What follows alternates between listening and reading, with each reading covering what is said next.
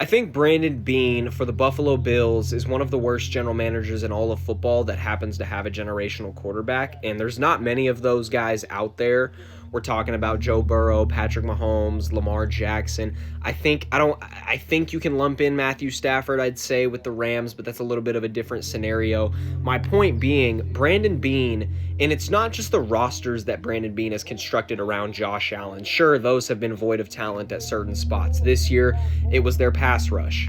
Along with their pass rush being pretty atrocious for the most part, in a very clear avenue these previous years of fixing it, completely avoided. It's kind of the same problem with their wide receiver room. And I'm not just talking about the Keon Coleman shit that came out today with their owner and I guess now president of football operations, Brandon Beane.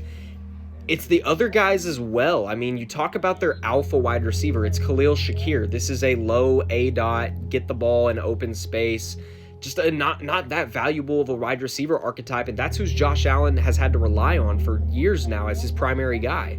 And I know you could counter that by saying, well, they have Kincaid and Dawson Knox, and they like to run a lot of 12 and 13 personnel with Jackson Haas now because James Cook is the primary weapon, and I get that, but at a certain level, you have to have some kind of explosion in your wide receiver core. Brandon Beane has failed to address that need for years and years and years, and when he tried to take Keon Coleman, and don't get it twisted, Keon Coleman was his guy. If you watch clips from him at the Combine or in his draft room, Keon Coleman was his guy. Do not let this owner lie to you in saying that the coaching staff was pushing for Keon Coleman. I'm sure they were.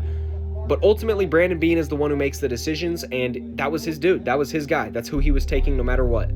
It's something that has leaked throughout the Buffalo Bills organization and the fan base in particular. Just a lack of taking accountability, a lack of seeing the bigger picture. And another reason I say that is not just because of the way they lost the Denver game. Did they get that call wrong? Maybe. Who knows? That game is over. There were deeper issues than that final turnover, though, or that turnover play. I'm not exactly sure what they do this offseason. I mean, they're going to be looking for a new head coach. I'm sure they'll just promote Joe Brady from within, even though I don't think that's the most inspiring hire on planet Earth. I think there are better candidates out there just as far as like how good they are at scheming up an offense, but I think Joe Brady, for what their personnel is, at least as it stands right now, is probably the best option, the best fit.